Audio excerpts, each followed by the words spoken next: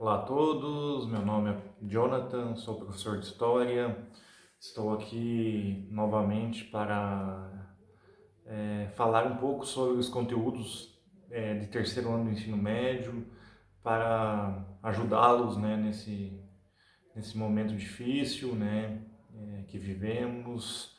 Espero que possamos sair o mais breve possível, né, e mantemos contato para continuar falando de alguns conteúdos importantes que podem ser cobrados em vestibulares, provas, Enem, principalmente agora com esse adiamento, né, da prova, nada mais justo, porque não temos condições de nos prepararmos, né? Muitos alunos não têm essas condições de se preparar da melhor maneira, né? Então, continuamos hoje falando sobre a Revolução Russa de 1917. Já falamos sobre conteúdos bem importantes, como a Belle Époque, a Primeira Guerra Mundial, e vínhamos falando sobre a Revolução Russa, sobre, digamos, as origens da Revolução, como ela se desenvolve, os embriões da Revolução na Rússia. E hoje continuamos falando um pouquinho mais sobre esse processo, esse desenvolvimento da Revolução de 1917. Falávamos que a Revolução comandada por trabalhadores, camponeses, soldados e pelos grupos mais desfavorecidos e marginalizados da Rússia contra o absolutismo, né, de uma família real, dos czares, né, do czar Nicolau II, que mantinha um gigantesco império na miséria, onde a maioria da população sustentava uma nobreza, uma elite, né, cheia de privilégios, né, e com a ajuda e com o desenvolvimento da influência das ideias de intelectuais como Karl Marx, Friedrich Engels, né, muitos grupos sociais da Rússia então vão começar a fomentar essa ideia de transformação. Vimos que dois grupos principais comandavam a revolução: os bolcheviques, né, em russo a maioria, os vermelhos, e ao lado os mencheviques, a minoria, os brancos.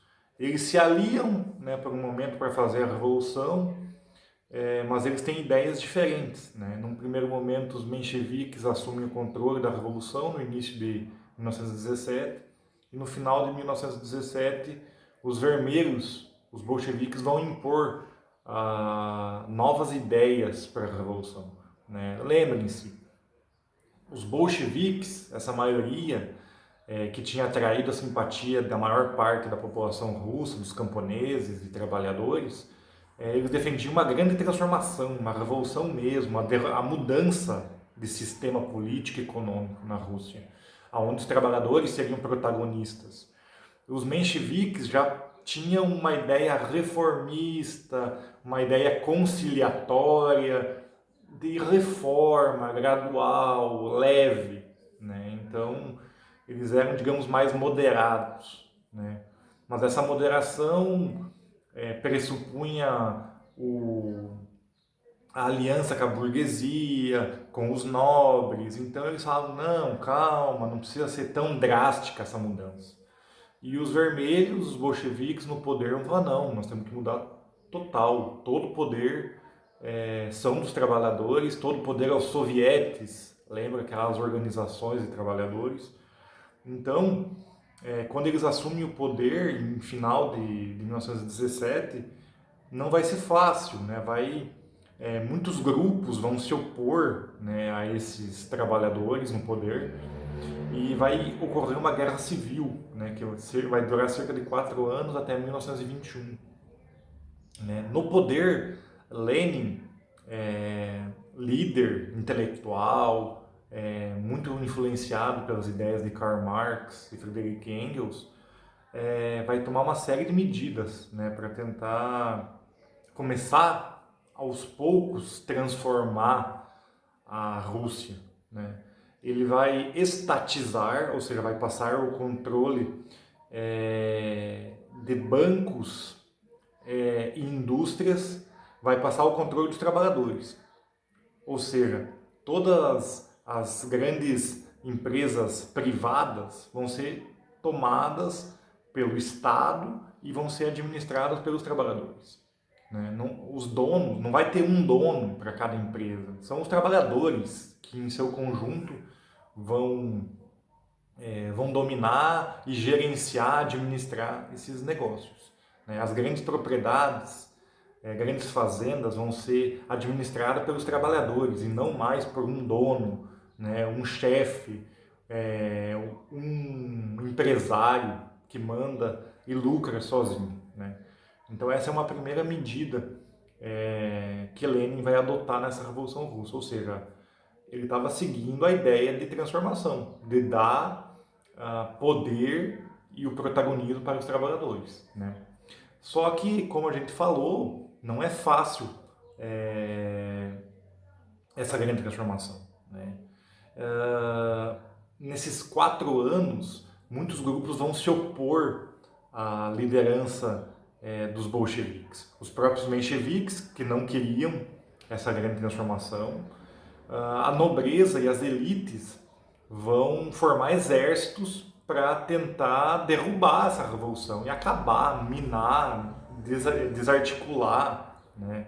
Fazer com que essa revolução cessasse, parasse, né, de ocorrer. Inclusive, muitas nações europeias, elites europeias e governos europeus vão ajudar essas elites russas a tentar detonar com essa revolução, porque não seria interessante uma revolução com essas características dar certo na Europa, porque essas ideias poderiam chegar aos países europeus e isso poderia prejudicar muitos governantes, muitas elites. Né? Muitas elites poderiam ser prejudicadas, os seus interesses seriam prejudicados. Então, para tentar acabar com a Revolução de 1917, as elites e as nobrezas de alguns países europeus vão apoiar a formação de exércitos pelas elites e nobreza russa.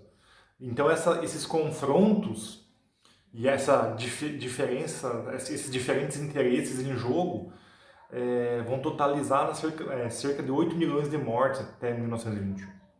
Mas mesmo assim, os bolcheviques, com o apoio dos soldados, dos camponeses e dos trabalhadores urbanos, vão sair vitoriosos nessa revolução.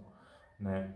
Mas como a gente sabe, vejamos, a Rússia já era uma nação com muita miséria, pobreza, antes da Revolução. Né? Uma minoria era rica e detentora de tudo. Né? A Rússia, então, já era pobre, né, miserável, a maioria das pessoas tinha essas condições.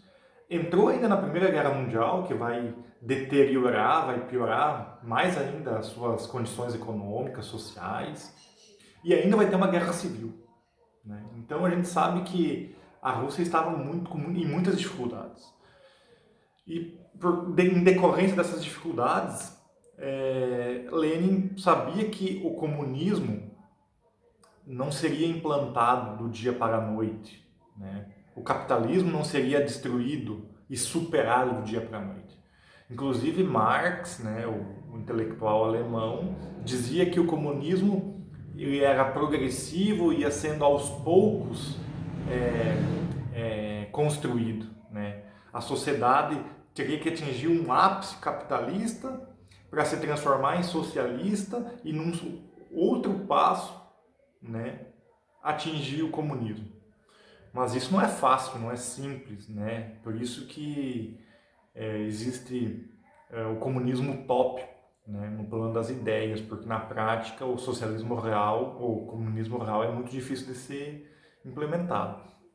Então, Lenin ele vai tentar desenvolver algumas estratégias capitalistas na sociedade, como permitir pequenas e médias empresas privadas, né, para tentar desenvolver a sociedade, desenvolver a economia russa, né?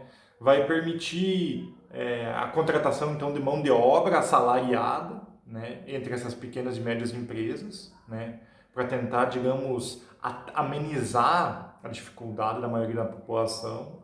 Vai permitir que empresas estrangeiras invistam na Rússia por um tempo, né, para tentar equilibrar, né, a Rússia até nas condições adequadas a Rússia se transformar, né, na sociedade socialista e comunista, né?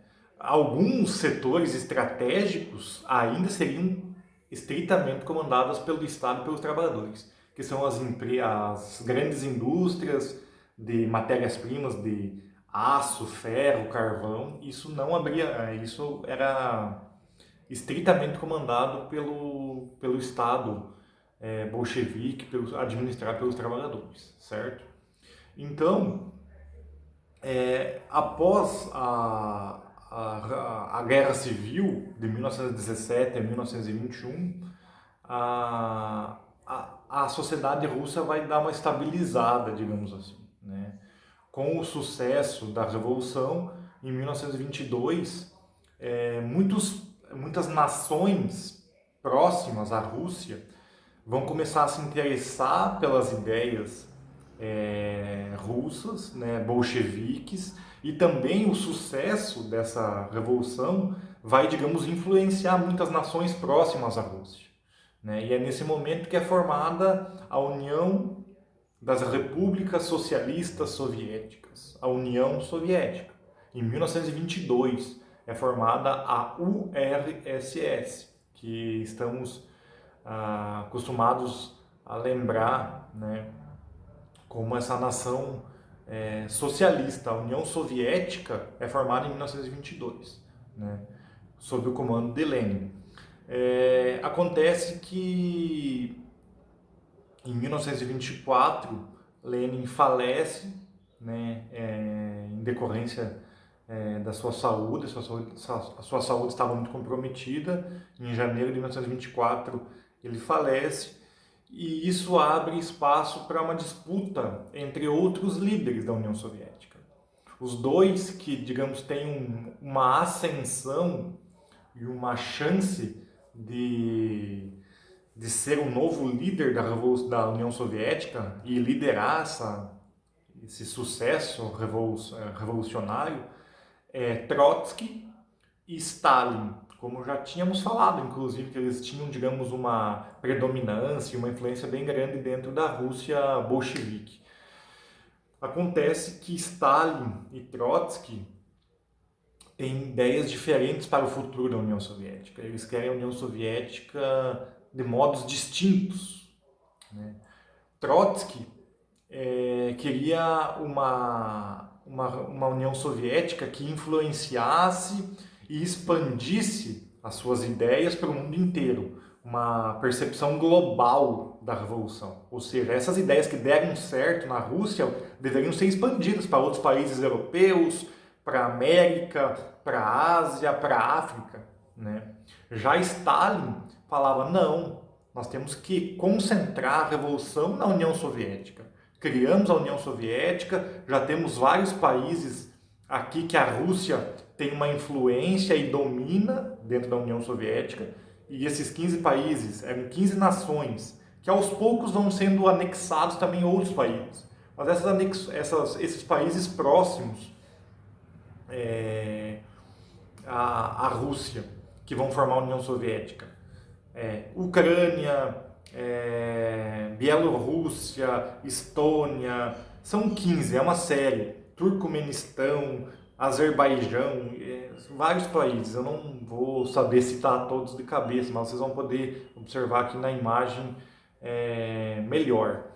Então, já o Stalin tinha a ideia que a revolução deveria ficar concentrada ali na União Soviética, deveria ser mais nacional. Fica aqui a revolução. A gente fez a revolução, foi vitorioso, vai ficar aqui. A questão é que então tem esses dois projetos de União Soviética, né, que vão ser colocados em pauta. Stalin vai ter uma predominância, vai ter uma influência maior dentro do Partido Comunista e vai sair vitorioso nessa disputa com Trotsky. E Trotsky se vê forçado a ir embora, né? Na verdade ele vai ser exilado, ele vai ser mandado embora da Rússia, porque segundo Stalin ele representava uma ameaça para a União Soviética, e ele vai ser exilado no México, né? Acontece que no poder o Stalin vai mudar os rumos, né, da revolução. O Lenin, que era o grande líder, pretendia, muitos intelectuais inclusive dizem que ele tinha uma vinculação mais às ideias do Trotsky, né? Mas após o seu falecimento, Stalin é que vai ser o verdadeiro líder da União Soviética. Ele que vai prosseguir e vai colocar a União Soviética de acordo com as suas ideias. E as suas ideias eram um pouco diferentes da de Lenin. Inclusive, ele vai interromper aquelas ideias que o Lenin tinha de estatizar bancos e grandes propriedades. Esse projeto do Lenin, que a gente comentou antes, era chamado de NEP. NEP. Deixa eu pegar... NEP. Nova Política Econômica, né? E nessa nova política econômica, que permitia a entrada de dinheiro estrangeiro, pequenas e médias empresas funcionando para estabilizar a economia russa, o Stalin vai acabar com tudo isso. O Stalin ele vai criar o que a gente chama de planos quinquenais. Ou seja, um quinquênio são 5 anos, ou seja, são planos de economia para cada 5 anos. Ou seja, nós temos alguns objetivos a atingir na economia nesses 5 anos. Acabou esses 5 anos, a gente faz um novo plano quinquenal. Tá?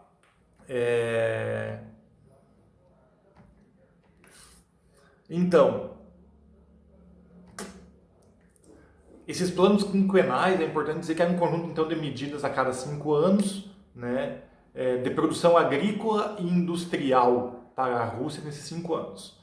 Ele impôs a estatização de todas as propriedades e fez o que a gente chama de coletivização do campo, ou seja, o campo seria uma coisa coletiva entre todos os trabalhadores, né? E isso também era uma ideia do Lenin, só que o Lenin tinha, digamos, outros métodos, outros meios para fazer. Nesses planos quinquenais, então o Stalin então, impôs essa coletivização de todas as propriedades. Isso vai gerar revolta entre os camponeses e entre os proprietários das terras, né? Que eram os kolkhozes e os sovkhozes. Né? Os camponeses e os proprietários começam a se revoltar contra essas medidas do Stalin. Por que se revoltaram? Porque o próprio Lenin, que era o grande líder, já tinha falecido, então talvez muitas das ideias também começaram a perder um pouco de força entre os camponeses e os proprietários, né? A questão é que o Stalin vai ser conhecido como um líder autoritário, né? Ele vai impor a vontade dele, inclusive porque ele vai mandar embora um antigo colega, que era o Trotsky, vai mandar embora, exilar o Trotsky no México, e inclusive vai mandar assassinar o Trotsky em 1940 por um espião a seu mando, né? E esse líder autoritário, né, que muitos historiadores vão chamar de totalitário, ele vai impor essa igualdade dos campos e da sociedade, ele vai obrigar essa igualdade, ou seja, não é convencer a população a fazer uma coletivização, ele impõe a força essa coletivização. E gerando muitas revoltas, Stalin começa a perseguir as pessoas, os seus opositores. Quem não concordava com as suas ideias era perseguido, assassinado, mandado embora. Então, o período do Stalin vai ser um período muito, muito complicado e delicado, né? Uma ideia que queria transformar a União Soviética num país mais justo, né, vai se transformar num problema nas mãos do Stalin, porque o Stalin vai impor essa coletivização, essa igualdade, né, e vai perseguir quem pensa diferente, quem não concorda com suas ideias, né. E nesse período do Stalin, uma das características do seu período de governo, que vai durar até a década de 50, 56, salvo engano, são os gulags. Os gulags eram campos de concentração na Sibéria, onde todo inimigo e todo crítico, todo opositor político das ideias do Stalin era mandado para um campo de trabalho forçado. Minas de carvão, pedreiras e outros trabalhos, né? Ou seja, ele impõe a Rússia e pessoas críticas a essa condição. Ou seja, não só as elites e a nobreza foi perseguida, muitos camponeses e trabalhadores que não seguiam de fato as suas ideias eram presos e condenados a esses trabalhos forçados.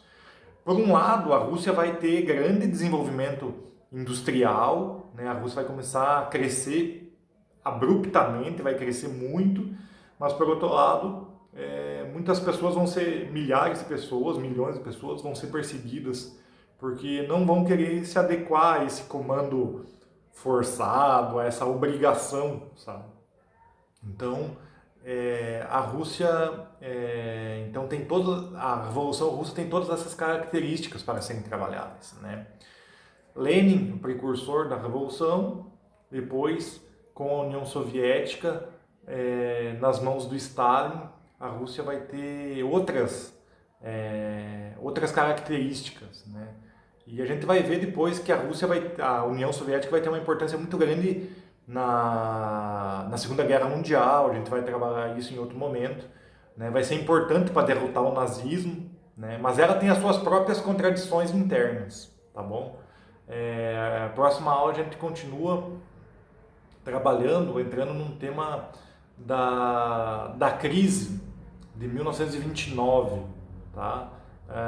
Espero que todos persistam, coragem nesse momento difícil e a gente continua na próxima videoaula. Até mais!